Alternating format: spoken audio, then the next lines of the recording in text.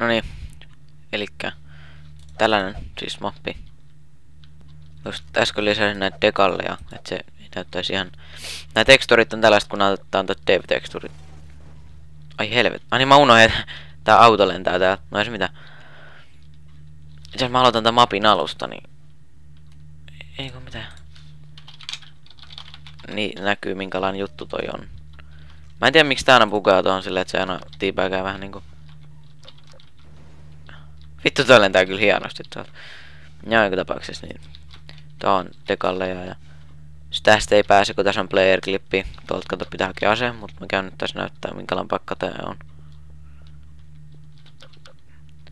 Sitä on vaan tällainen, mitä mä en nyt jaksanut. Pistin just nämä tänne. Avaa. No hanaa vasta vaan erisuntiin. Ja ne mun pöydät mä unohdin laittaa. Tästä saa katot tällaisen vempeleen.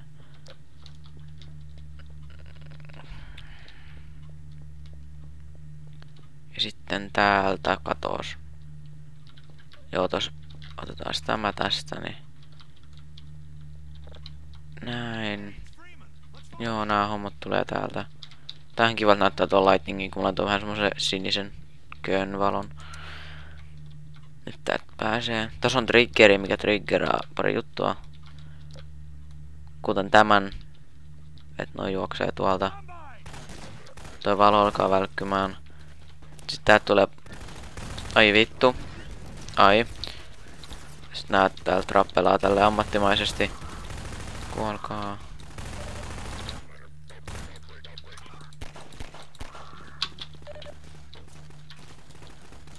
Ottakaa... Nää välillä... Kun mä laitan tänne näitä naveja, niin nää välillä tulee just täältä flankkää. Täältä vaan tämmönen joku random paikka. Ai helvetti, ammu mua. Se onkin saatana. Niin. Tänne mä en oo vielä...